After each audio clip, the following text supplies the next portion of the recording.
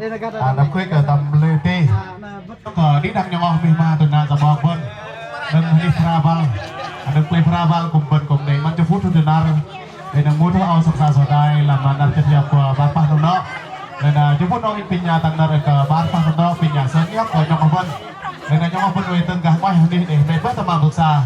chúng phút đó vân roti ke ba pa trong đó còn pin quay cái trong vân bớt là bên nào sập sà sờ đai làm đặt chân ke ba pa trong đó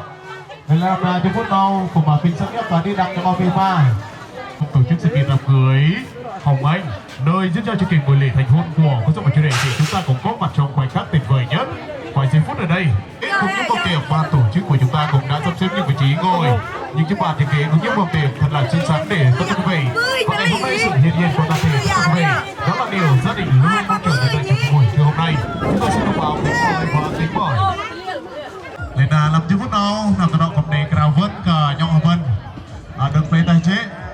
được ini Paraval mình cầm đề một cấp hai làm lần đầu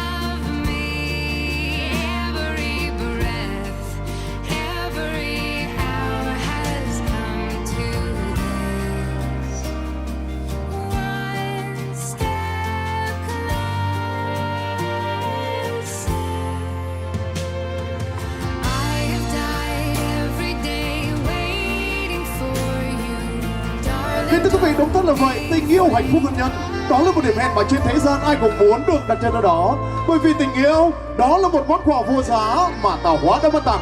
Và kính thưa quý vị, để chúng ta còn có được hình ảnh đẹp như thế này, hạnh phúc như thế này, rạng ngời như thế này, tuyệt vời như thế này, chúng ta không thể quên được những công ơn chân thành dưỡng dục. Đó chính là những người cha, người mẹ kính yêu của dấu Hiền Đại Thảo. Và giây phút ở đây, chúng ta sẽ cùng nhau chào đón chủ hôn hai họ sẽ cùng trở về sân khấu tình yêu để cùng ra mắt và chào đón hội trường người chồng của chiều hôm nay. Kính thưa quý vị, bên họ nhà gái, tôi xin phép giới thiệu và xin được cảm trân trọng kính mời ông Dôm và bà Nhơ là song thân phụ mẫu của cô dâu xinh đẹp của chúng ta. Đồng hành cùng với họ nhà trai, xin được giới thiệu và xin được cảm trân trọng kính mời ông Pum và bà Blot là song thân phụ của chú rể đẹp trai của chúng ta. Lên này chưa phút nào.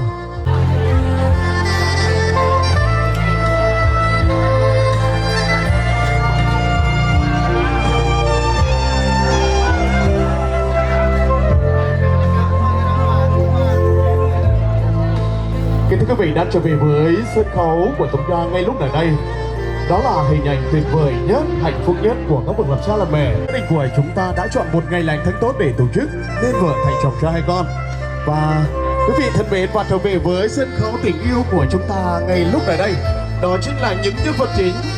người đã cho chúng ta có lý do để chúng ta cùng nhìn hiện tại nơi đây. Và chúng tôi, những người thực hiện chương trình, xin gửi lời cảm ơn đến toàn thể tất cả quý vị. Chúng ta đã dành thời gian cùng bác của mình đã trở về đây để cùng chung vui cùng với gia đình. Và ngày hôm nay, trong lúc tiếp đón cũng như tiếp đài sẽ có những điều sai sót. Rất mong quý vị chúng ta hãy vì tình thương, mến thương dành cho gia đình cũng như cô dâu và chú rể, chúng ta nể tình bỏ qua cho. Cái tuổi cưới, trân trọng anh mến, 100 năm chúng ta chờ lấy một ngày chúng ta chờ lấy 1 giờ. Và giây phút để chờ ngày hôm nay là đây. Kính thưa quý vị, và ngày hôm nay ngày 2 tháng 4 năm 2026 nhắm ngày 15 tháng 2 năm Bính Ngọ, và giây phút này đây thì kiếp đồng hồ của ban tổ chức của chúng tôi cũng đã sẵn sàng chiếm vào giây phút thực hiện. Giờ vàng phút ngọc xin cầm đá điểm, ban tổ chức của chúng tôi xin có lòng trọng tuyên bố lễ thành hôn của cô dâu hở nhà sẽ cùng với chú rể Lê Ti trong buổi chiều hôm nay chính thức được bắt đầu.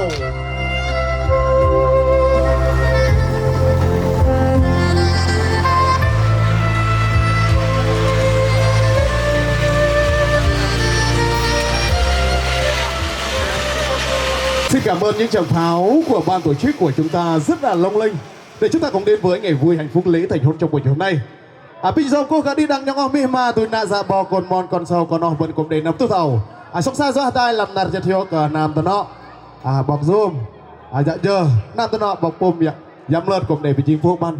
Ăn bal con làm chữ phút nào cùng để rơi nar giật hiếu nào cùng để cái vân nhong ông vẫn song xa do tai. Làm chữ phút nào bố mù mặt nhong ông vẫn nam tơ nọ hiếu cứ bắt đằng giờ. Aja pun nak go tang bang ka na tanok kom de drang bene de tanok putrus ka nyong ban le hadral ban go tang bang ka na tanok drang lo kom de drang ner bene putrus nyong aban pin nyong aban bang kadai le na ban go tang bang ka pakpum kom de drang bene putrus nyong aban pin nyong aban bang kadai lang na ha lang na đó lo lê có bọc đế lê có nhà làng lê có thôn lê có còn lê là vân để nhỏ để họ tọt ti cũng để hút trong giang vân tu làm giờ nó cũng để ngồi đây làm năm nọ nhon cũng hiếu qua nhục mắt nhỏ để cái họ cũng cái đây biết sai vậy chứ cũng để ngồi đây đạp lê cơ nhỏ để nào vẫn cùng để tầng băng cả bọc bom cùng để drang bene putrus nyong ban le na nyong aban tapi bene me bai. Bên bên này cái đi đang nhong bật lờ đây là làm cho phút nào cùng để drang tổ chức đám cưới ăn cờ mọi nhà bằng đám lấy tin nào cùng để tổ chức tận làm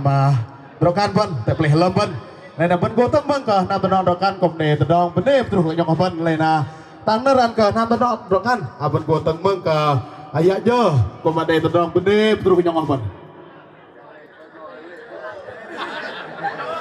In kum pene ka nyongoh ben deng hatai je kum de tadrong hut tadrong jang mong dang pri truh ka narnau kum de kum lam nam tano ben tau in kum pene de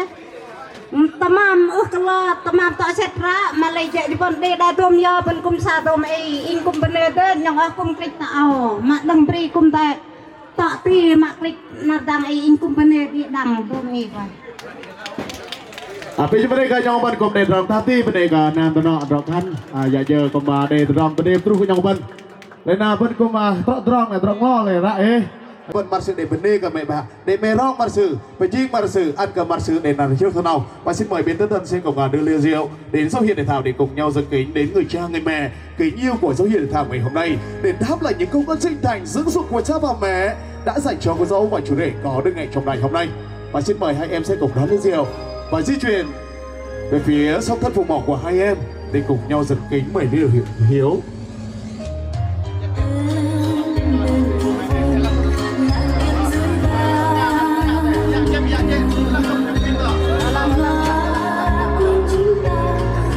Quý vị xin thay lời cho toàn thể tất cả quý vị xin chúc cho họ nhà gái của chúng ta từ đây đã có chàng rể hiền với thảo trong gia đình và xin chúc mừng cho bên họ nhà trai của chúng ta từ đây đã có nàng dâu hiền dâu đẹp trong gia đình xin chúc mừng.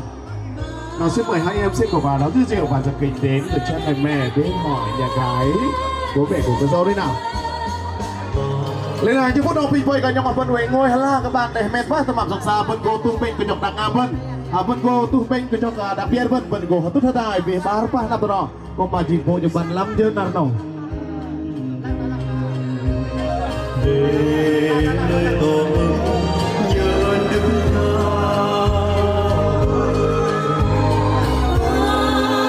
là chúng tôi bình cả chủ đề cùng là rắc lại để mình ý rằng này chúng con phi cờ cô dâu chuẩn bị lùi một bước cô dâu phải chuẩn bị lùi một bước thế nào này mấy bạn phần nào tóc ta xét phần từ vi phần một mặt phần cô đây hết cái trong đang rong men đừng còn thật lâm ăn nào đừng khi hay mấy phải sợ rút từ đường môi phần chiên phố chiên bàn bơi phần chiên mít phố nam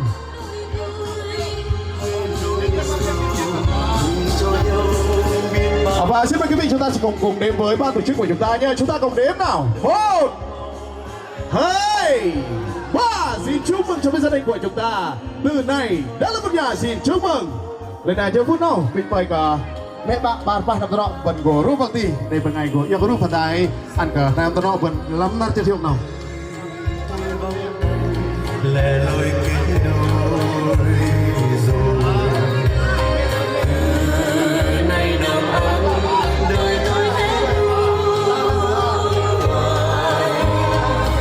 và chúng ta cũng đã thấy những nụ cười hạnh phúc ở bên gia đình của chúng ta ngày hôm nay rất là tuyệt vời. Pin bên đây các bé bạn cũng đây chỉ có peran peran tóc với những cái làm nam được nam tân nọ bên còn lâm bên cũng để làm nam tươi làm tân đâu. Đây này chúng phút đâu bên bạn chú ngồi là các bạn này bên bất tầm sẵn sàng vẫn cố lắc tân nọ với những anh còn lâm tân.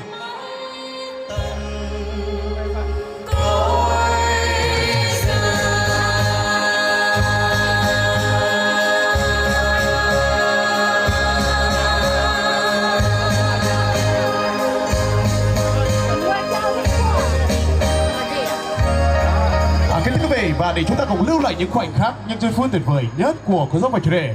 chúng ta sẽ cùng nhau chứng kiến khoảnh khắc dâu hiền để thảo ngày hôm nay sẽ cùng nhau chia ngọt say bùi và đón đầy những dục vật yêu thương. Và chúng ta sẽ cùng đến với một nghi thức rất là tuyệt vời, rất là hạnh phúc, minh chứng cho tình yêu của đôi bạn ngày hôm nay. Chúng ta sẽ cùng nhau chứng kiến khoảnh khắc cô dâu và chủ đề sẽ cùng trao cho nhau một kỳ vật. Cái thứ vậy đó là vòng nhẫn cưới. Và vòng nhẫn cưới của cô dâu và chủ đề thì anh trai đang giữ phải không ạ? Xin mời anh trai của cái dâu anh Nhương đâu ạ? Cùng trở về sân khấu tình yêu để cùng treo nhẫn cưới cho hai em.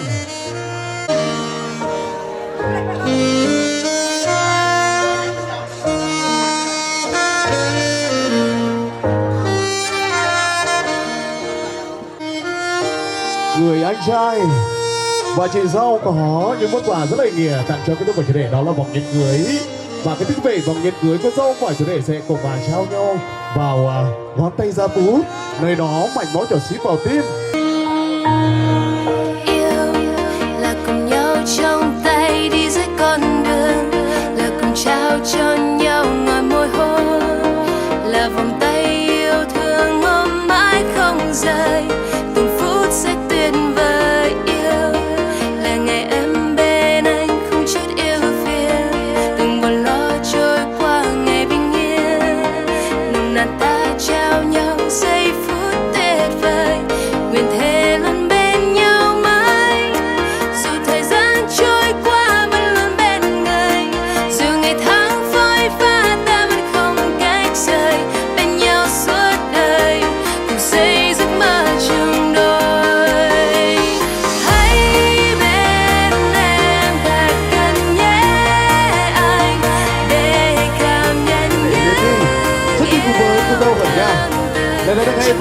tặng trong cái chiếc anh cờ cô dâu chủ đề là mà chỉ phút nào bằng sự cột đề thì chỉ cái lên đây là hấp lang nhóm phân cột đề nắm tu ẩu để rong anh đơn hàng pun hiu cột đề nhóm cepat temam và tăng anh cờ clo kan barse lang jeti làm nada quê barse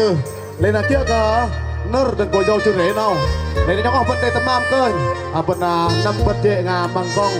bên tăng anh cờ clo kan barse lang jeti kỷ niệm làm nada quê barse để bên cô nhương sân khấu nào anh cờ nhóm phân cột đề rong đi bây giờ thời đại đây là phút nào pin phơi cả clo kan mariam jur ni merap jur nama rim jab ke kebang seung yep berong akan video ada contoh kan ada bukan Maria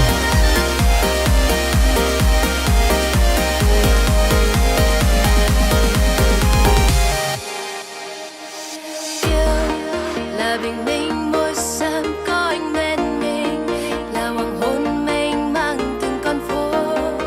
mình cùng tay trong tay đi giữa cuộc đời mình thề luôn bên nhau mãi dù thời gian trôi qua vẫn luôn bên người dù ngày tháng phôi pha ta vẫn không cách rời bên nhau suốt đời cùng xây giấc mơ chung đôi.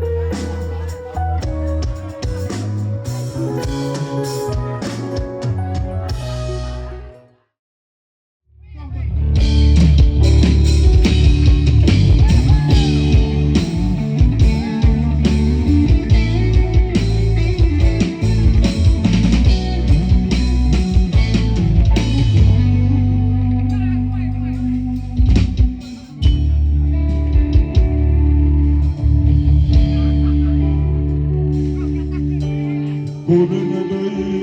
bao nhiêu tình theo tháng năm dài thương nhớ em vì lòng xa họ cũng thấy dù nghe những ai nhận khi còn lặng ngóng hôn ta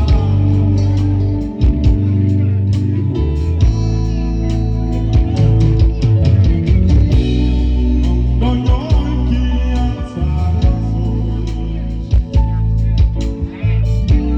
chợt trong tối em trong phòng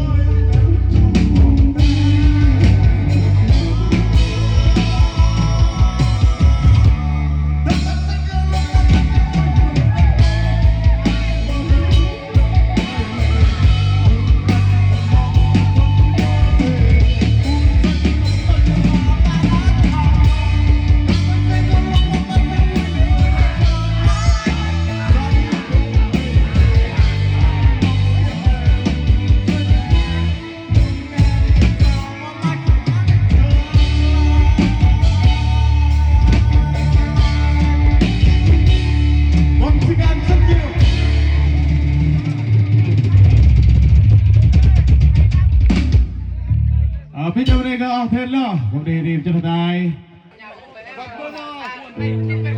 tao tặng mày một bài được chưa? Tôi tao mày không tặng mày một bài.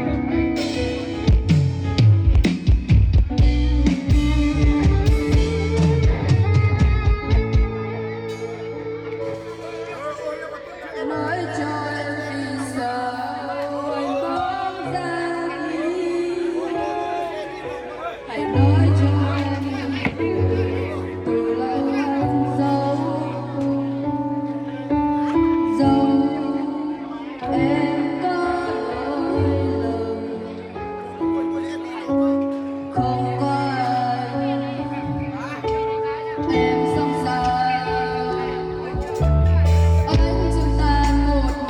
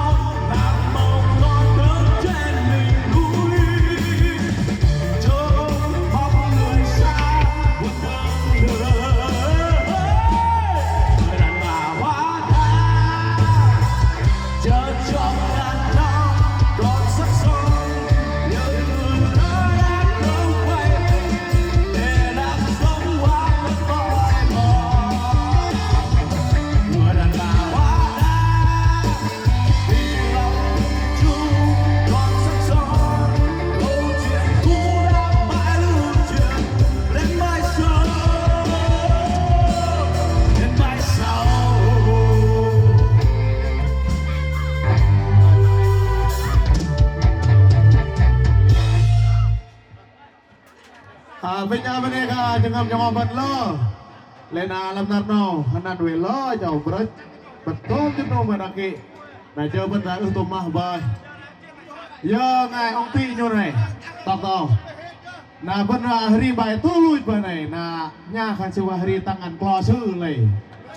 Nhớ nya này cô khách brok đi mà đăng ký hari này. Bên đang cơ cô nhau hari pamit bay benar betul he. Kemudian yang ada nakir nan ra velera berwahri bicara raya jauh itu mah benar tak nyaksan dong bersantai dong. Hãy subscribe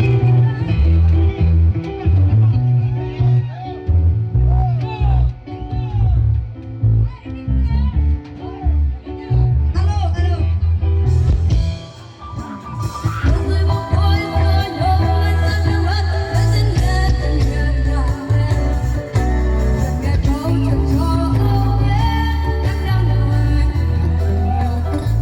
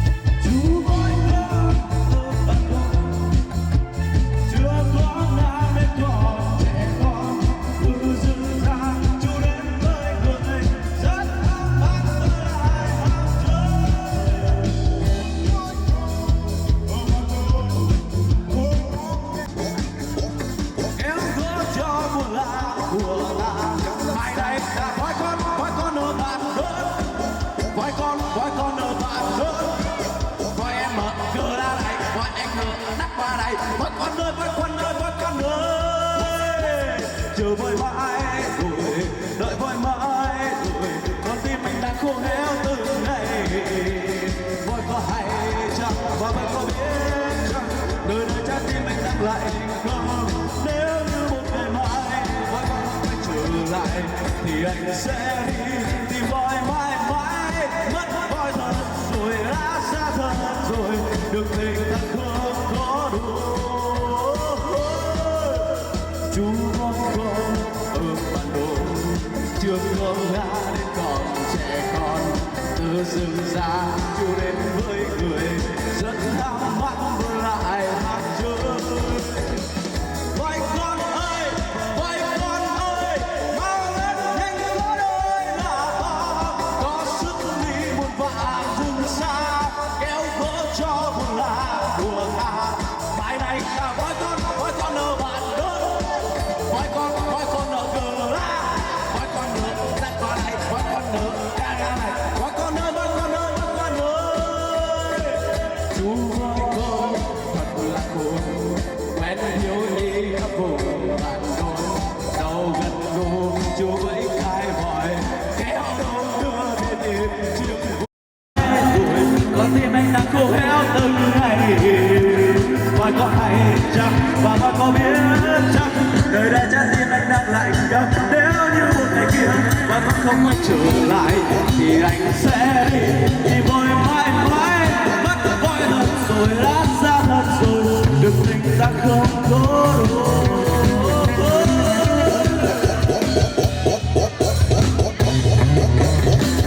Bản lạc yêu ơi em thời vô nhì, vừa tuổi băng rừng có vẻ chữ nên non, dẫu nắng mưa hay mùa đông giá lạnh, cùng đàn em thơ vươn núi đến trường. Hy sinh tuổi xuân bám trường bám bạn, non trẻ vội lắm.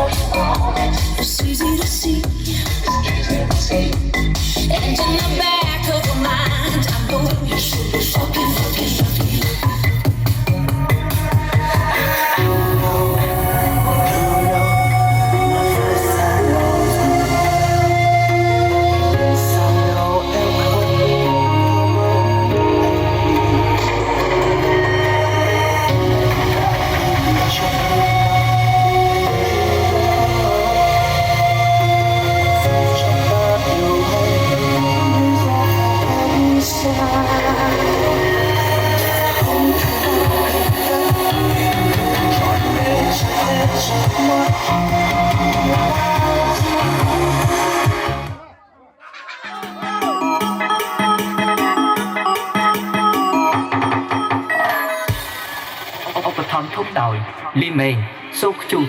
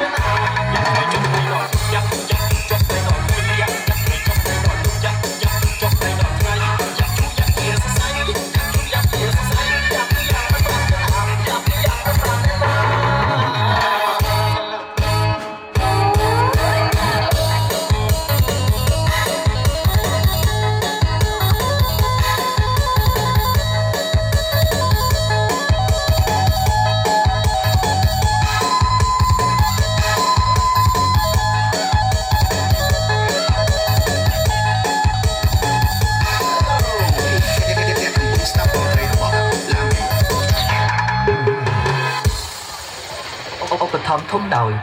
លីមេងសូខ្ជូ Giáp bắt nè chna phu khai riêng thật tay cả phu cái đòn nặng tam chúng ta ngày say xì na hiên sang phu khai chịu dạng rung chót hiền bất tàn giáp này trong tay đòi giúp giáp trong tay đòi tay giáp này trong tay đòi giáp trong tay đòi khai giáp chú giáp kia say giáp chú giáp kia say giáp